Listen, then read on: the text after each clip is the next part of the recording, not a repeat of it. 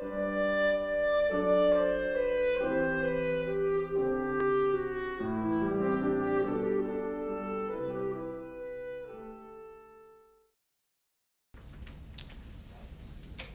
we can notice that that sense of simple awareness is just that close. It's just really stepping back into that noticing. It's not an attainment. It's not like, well, if I meditate for 10 more years, then maybe I'll have that experience. The meditation is fine. It can help center us, it can help calm us, it's good for the body, does a lot of good things. But it's equally important to just recognize that if what we're looking for is that sense of peace and okayness, it's not far away. Actually, it couldn't be closer, right? But it's just stepping back to notice it. And what I like about the direction that we went in through the body is that it's sort of like not doing a frontal assault on the mind. It's not like telling the mind, stop thinking and be quiet and let me try to experience this. It's too direct. The mind doesn't like it, and it's really just one part of the mind telling another part of the mind what it wants to do. And that's never going to lead to peace. Right? What I like about going in through the body is that we can all experience those direct physical sensations, and they don't require mental interpretation.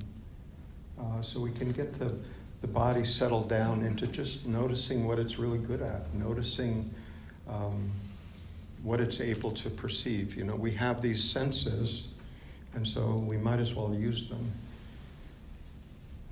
You know, so it directs our attention to the sort of an openness to the body, what the body's experiencing at the moment.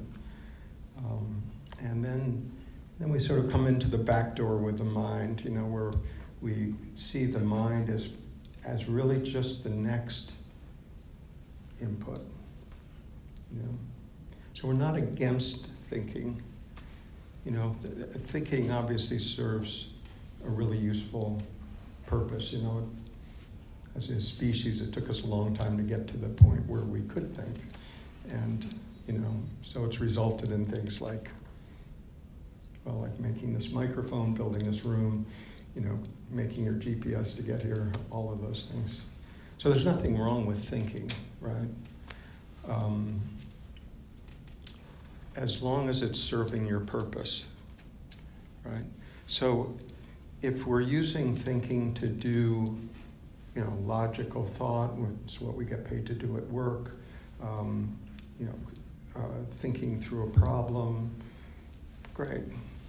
You know, if we use our mind and our training to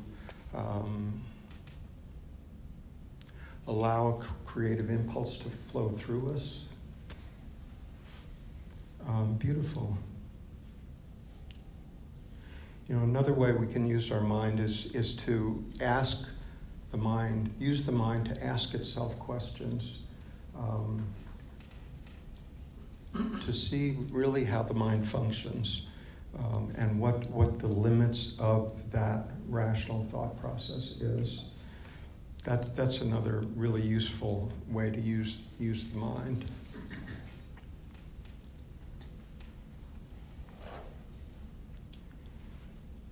And when we're doing that, we might notice that the mind uses words to talk to itself, right?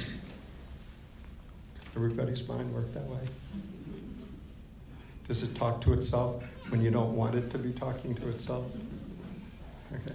It's one of the things you discover in meditation. You try to sit down and you'll say, well, you know, you're supposed to be quiet, and you go, oh my gosh, you know. You realize how noisy the mind is, especially when you're trying to make it quiet, right? Because any opposition,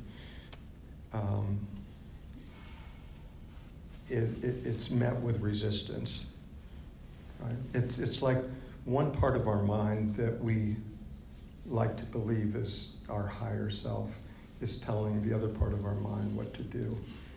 And the other part of our mind is sort of like an unruly teenager. It doesn't like to be told what to do at all. And we, the higher self, thinks that it should listen, and the lower, the teenager says, hell no. And so it goes. But I mean, what if that wasn't the point at all?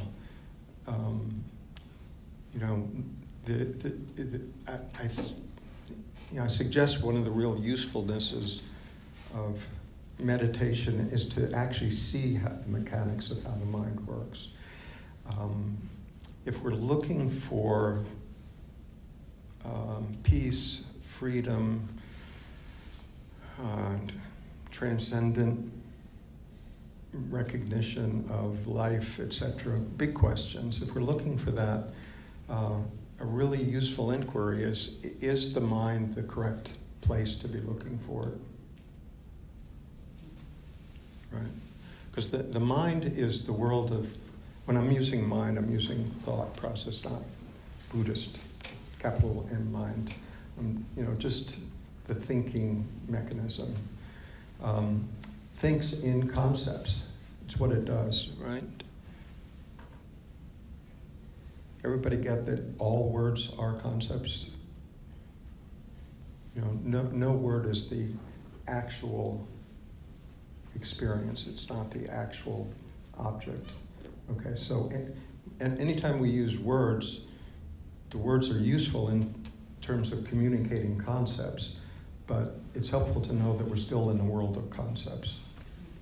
Any concept is going to be less than the reality of it. Yeah? Any concept, the most lofty concept you can ever come up with, is going to be less than the whole of existence. Right? I mean, that's what poets spend a lifetime doing, playing with words, trying to evoke a feeling, a sense, but recognizing full well that the words aren't it, but they're hoping to evoke something in the reader that is of a real experience.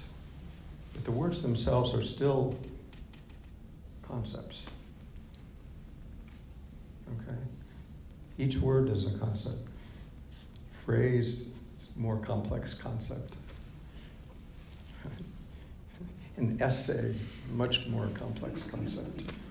Still a concept, right?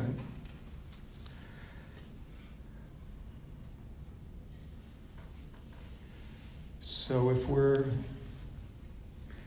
meditating or walking down the street or making love or noticing a rainbow or many things in life where our mind suddenly stops, maybe just for a moment, maybe for an extended moment, still alive, right? So that's really good information. Okay? What it tells you is that your essential nature isn't dependent on thought. If it was dependent on thought, like your heartbeat or your breath or something, if that was taken away, that'd be the end, right? But thought's not like that. I mean, if you stop thinking, you don't go up in a puff of smoke. You still exist. So this is really helpful information. If you realize the significance of that, it can save you a lot of time. Because when you're looking for the essential you, the true nature, Buddha nature, the real you, whatever you want to call it, when you're looking, if that's your objective and that's what you're looking for, if you're looking in the world of thought, it's not going to be found there. Okay? So I'm not saying that at some point reading is not helpful. Listening to some teacher might not be helpful. I'm just saying that at the end of the day, that's not where freedom will be found.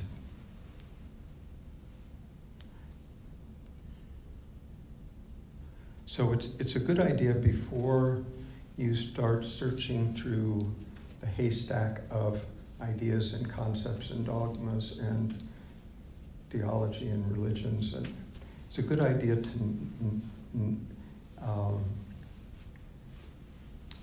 realize whether or not there's a needle in there. You know, if the needle's not in the haystack, you can save a lot of time by not having to look through it. So I'm not saying that ideas, thoughts, concepts can't be helpful. I'm saying that they're not, the final answer isn't contained in them. So they can be used, just like the poet, they can be used as pointers. They can be used as saying, oh, that statement by that teacher is pointing towards something. It's not contained in the words. You know, it's like at the beginning of, Lao Tzu saying, what's true cannot be spoken, etc. And he goes on to write a book, but. But he's pointing towards something, right? He's pointing to something that's beyond the logical thinking mind. So one of the really useful aspects of meditation is that it's a chance just to be quiet with ourselves, to take a good look at how that mechanism works. You know, there's thoughts that are not problematic. And then there's other patterns of thinking that are sticky. You know what I mean by sticky? You know, all the ones that sort of tend to grab you and take you for a ride. You know, all the ones, things like regrets and guilt and shame and judgment and opinions and what ifs and if onlys and unforgiven. Maybe I said that one already. Grievances, ideas about how the world should be and shouldn't be, and that whole arena. Right. So we all, none of us escaped a pattern of conditioning growing up. We all may have our particular unique pattern, but we all got patterned thoroughly growing up. And it's just what happens, okay? It's not that we have to make all that go away, because that's, it's not something that would be completed in this lifetime, but, and it's also not essential that it be. I mean, it doesn't hurt to look at it, maybe round off a few rough edges. That's great. Helps to get along socially and out in the world, etc. So that's fine, but that's not the task, right? This isn't, what we're talking about isn't a self-improvement project, where we have to make ourselves better and better in order to be, what? Worthy, right?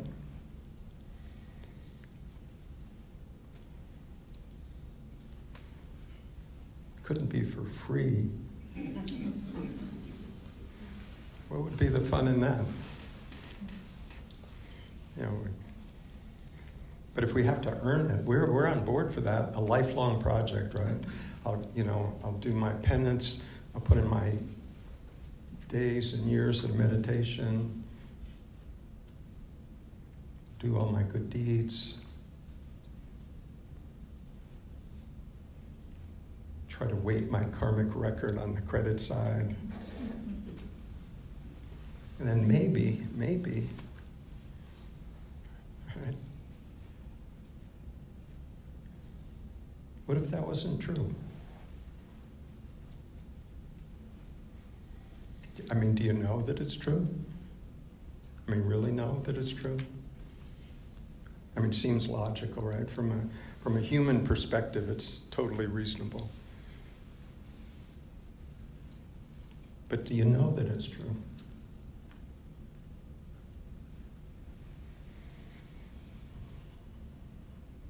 It's actually a perfect way to postpone the recognition of what we are. Right. If we deny that it's present now, and it would only be even possible if I do A, B, C, D, E, X, Y, Z, we've pushed it off into the future. It's not here, maybe there, then sometime later. But the truth of the matter is the only place it'll ever be found is here and now. Doesn't that make sense? I mean, it's where we live our life, right? It's only our head that imagines there and then. There and then never happen. So if we deny it in the only place that it can ever possibly exist, we're home free. Never going to happen.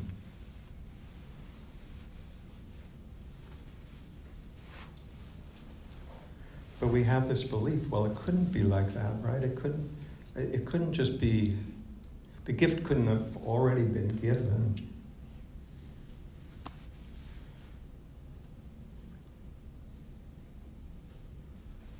No strings attached. Actually, there are some strings, but those come later. It's just a theory, though, right? String theory. Yeah. But the recognition is free. Recognition, there's no prerequisites. We think there should be. I mean, we think that's only fair, especially if we're the ones making all the effort and somebody else isn't making any effort at all. Shouldn't we be the ones that are? It's a very human conclusion to reach.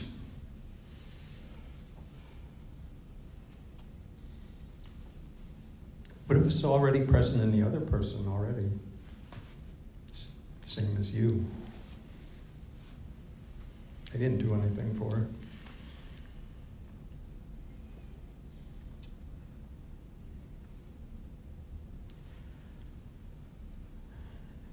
So I'm not saying that practice doesn't have a value. Practice, a spiritual practice, can get us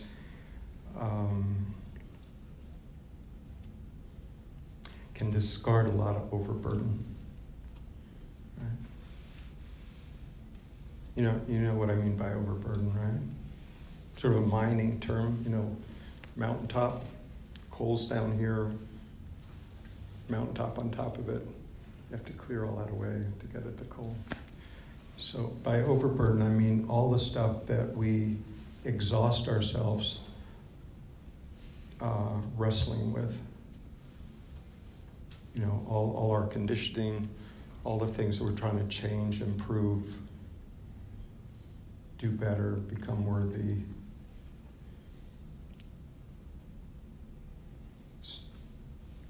And in most cases, it's essential to go through that effort to see what that overburden really looks like, to see the nature of it, to see how it's held in place.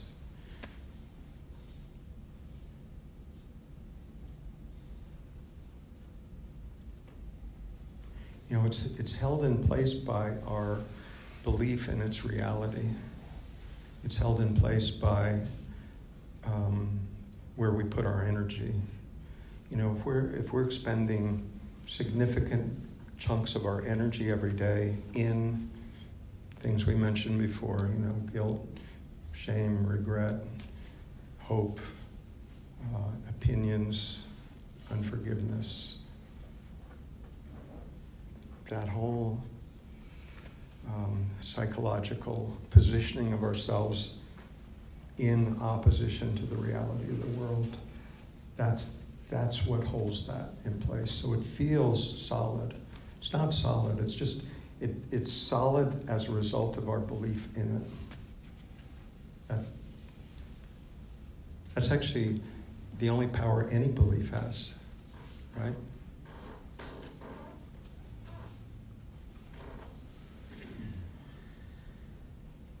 I mean, if someone said, well, there's no carpet in this room, it's like, it wouldn't cause a reaction. You just think the person was silly or blind or, making a story up. Or, you can look for yourself. Well, sure, there's a carpet here. It's not a question of belief, right? But if someone says something about your character, or you say something to yourself about your character that you don't like or aren't comfortable with, and it's still not a problem, except if you believe it's true, right? It's the belief that gives it the power. The fact that it was said doesn't have any power at all. But the belief is, maybe they're right. Maybe I am really screwed up.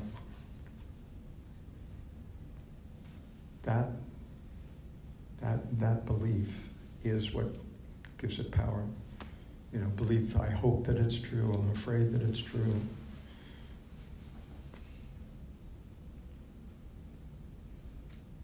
So that's the power of our mind, really, is to sort of concretize this conditioning that we have about ourselves. Yeah, that makes sense. So we can just see it. That's the nature of belief. That's one of the benefits of meditation, spiritual practice. Give ourselves some quiet time. Oh, that's how the mind works. It's founded on belief. Beliefs are what empowers. Beliefs are what maintains, this pattern of thinking, pattern of feeling. Even feelings are an offshoot of thought, right? We could sit in a quiet room, everything comfortable, we're all well-fed, just the right temperature and nothing happening. And we can remember some really difficult situation and play it in real time in color in our head. And 15 seconds later, we can be all clenched up, mind racing, sweat coming down the back of our neck. Power of mind, right? Power of belief. So we can just see, okay, that's the nature of belief. Any belief is a concept. So beliefs can be relatively true, somewhat true, partially true, but no belief is absolutely true.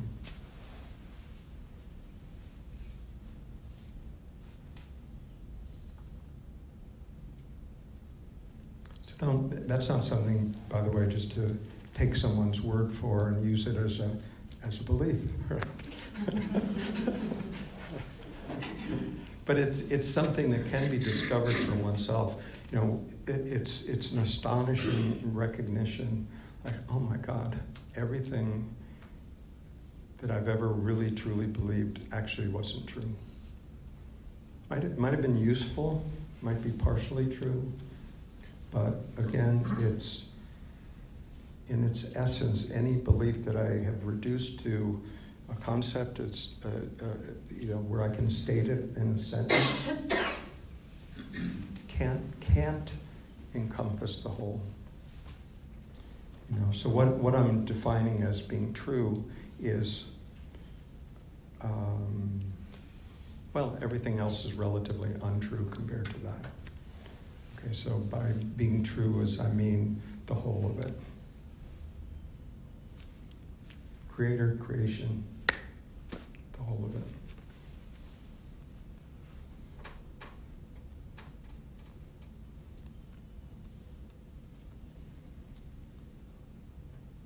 So that, a practice in really spending time with ourselves, where we've, maybe through effort, maybe through concentration, we've gotten our mind to be clear enough to be able to look at itself clearly. That's really useful. And there will come a time where it's essential to look at what the mind is capable of and what the limits of its capacity are. And the territory that we're talking about is beyond the conceptual mind. Conceptual mind doesn't like that. So it'll come up with arguments about, why you shouldn't meditate. This idea of exploring the question of who am I? I've got better things to do. It'll find a lot of excuses. So one of the things in spirituality is there's sort of this push-pull. There's this pull towards something that we can intuitively sense is there, that's deeper than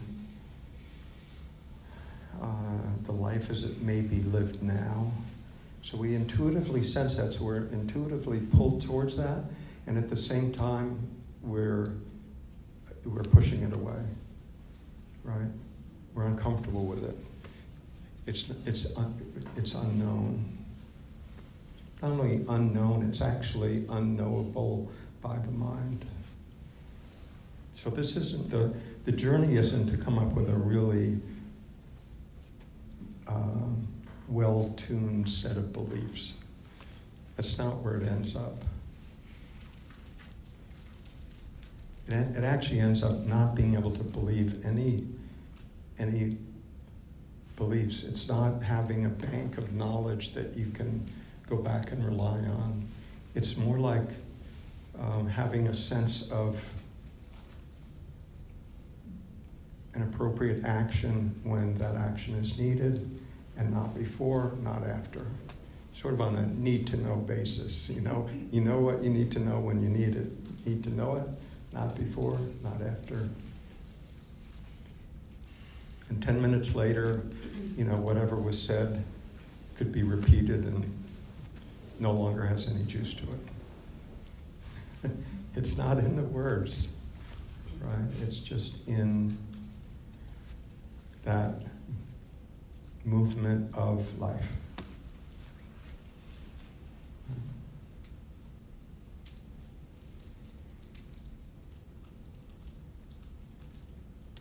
So it's good to acknowledge that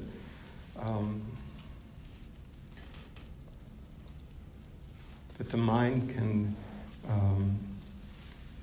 can fear this direction, because we can convince ourselves that we're on this spiritual journey to some point that we don't know exactly where it is. We've heard about it maybe, but we don't really know.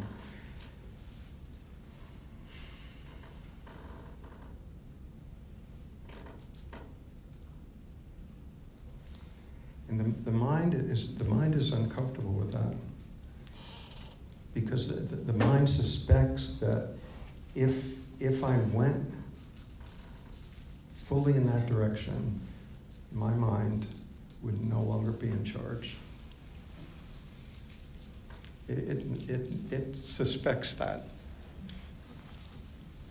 and it's true, right?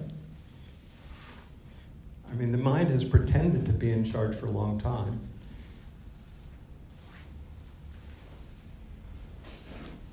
It's not, of course, but it pretends that it is. We pretend that we are master of the ship, we know where we're going, we have a plan, You know, we know what we want to attain. We have goals. But, I mean, does life turn out like that?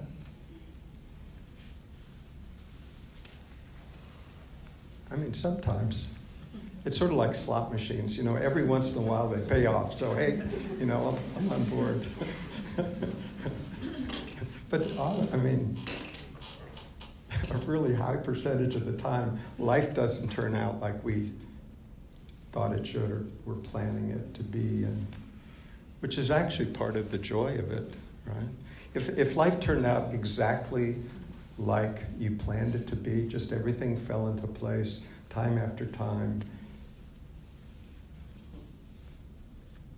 Actually, my neighbor, when I was a teenager, actually had a slot machine. And I knew where the key was to get the coins out. It was a nickel thing. I knew where the key was to get the coins out of the back.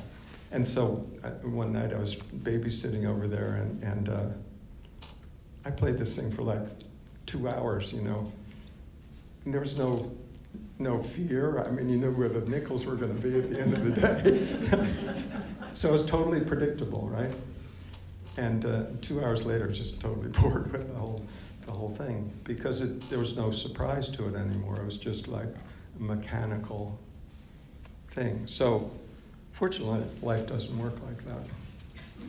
We may wish that it would, but I mean, isn't that part of the joy when things happen spontaneously, unexpectedly? You know, isn't there a joy of that surprise, that newness, that creativity?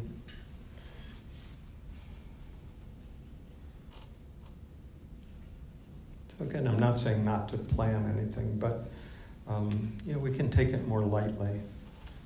You know, make plans and then be open to the results, whatever they may be. And then we can enjoy that more. And trust it more. Trust that life will actually unfold in a way that is appropriate, helpful. May not always feel like that, right? But it got everybody to where we are now.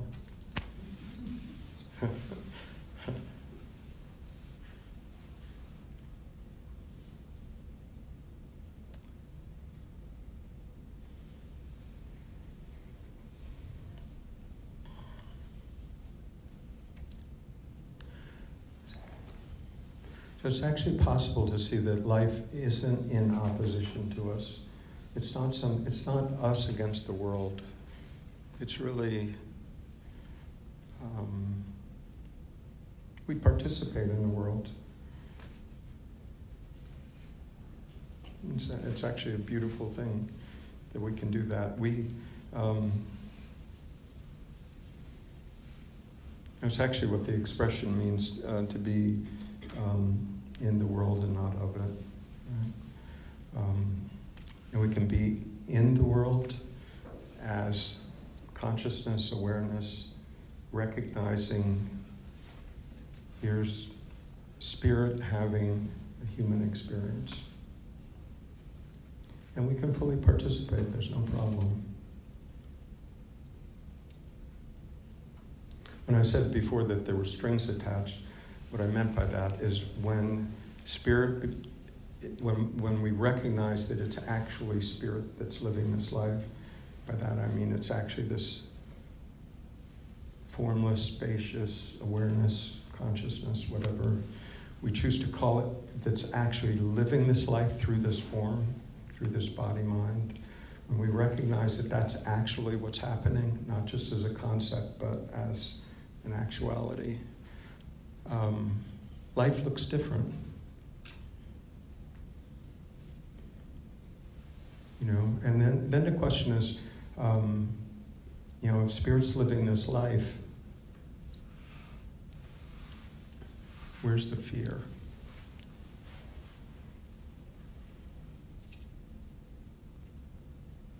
Without the fear, how does my life look? What do I choose to do do I choose to serve?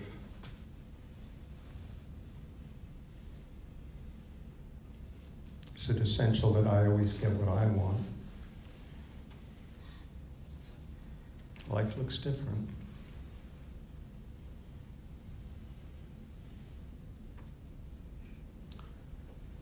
So what we're talking about isn't, it starts off sounding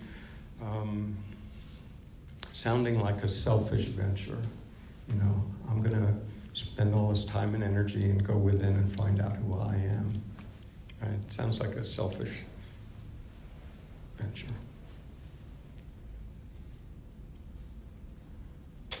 But if we find out who we are, that what we essentially are is not limited to this form, that it's actually much bigger than that. We may actually discover that the consciousness that appears personal when we first encounter it actually isn't. It's actually not. It's not actually my consciousness. It's consciousness. Can we say for certain that Patty's consciousness is other than this consciousness?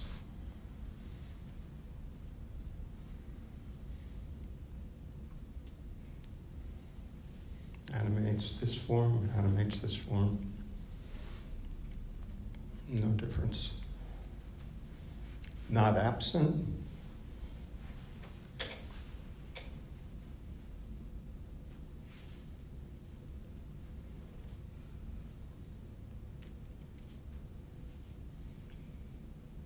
When we see that, what does compassion mean?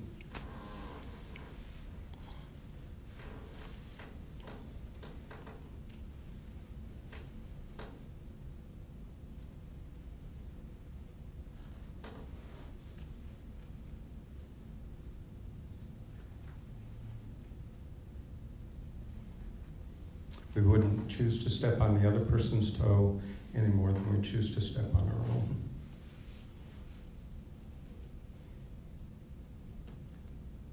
And we're not doing it, to be good spiritual people. It's just the movement based on the reality of it. It's just how life is when we see how it is.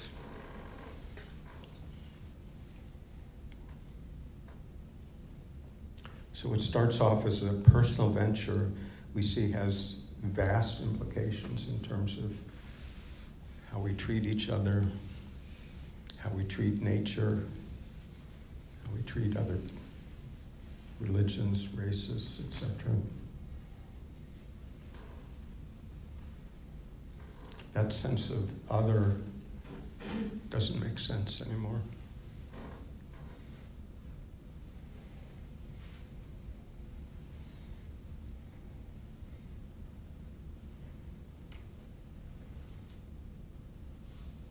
So it's fine to cultivate what's called spiritual virtues before awakening. Great, makes people nicer.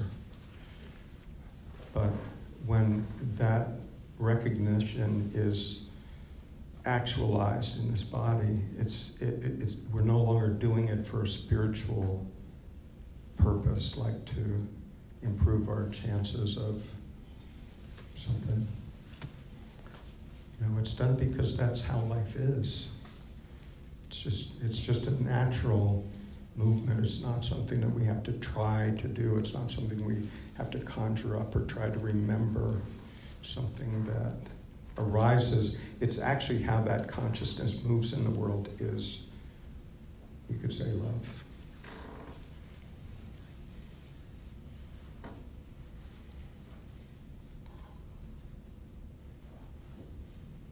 So it's not something that we do, right? It's something that we allow. It's a movement. It's how life actually is when it's not corrupted by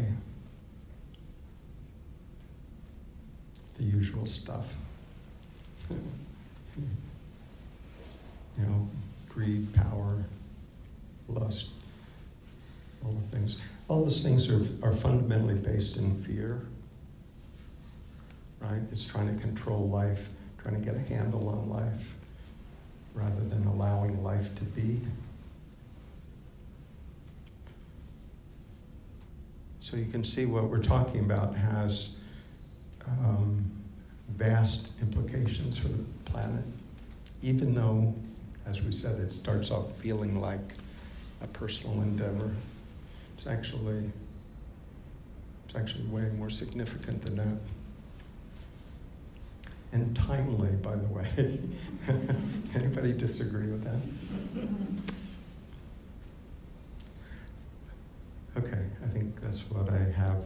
Anybody have any questions or comments?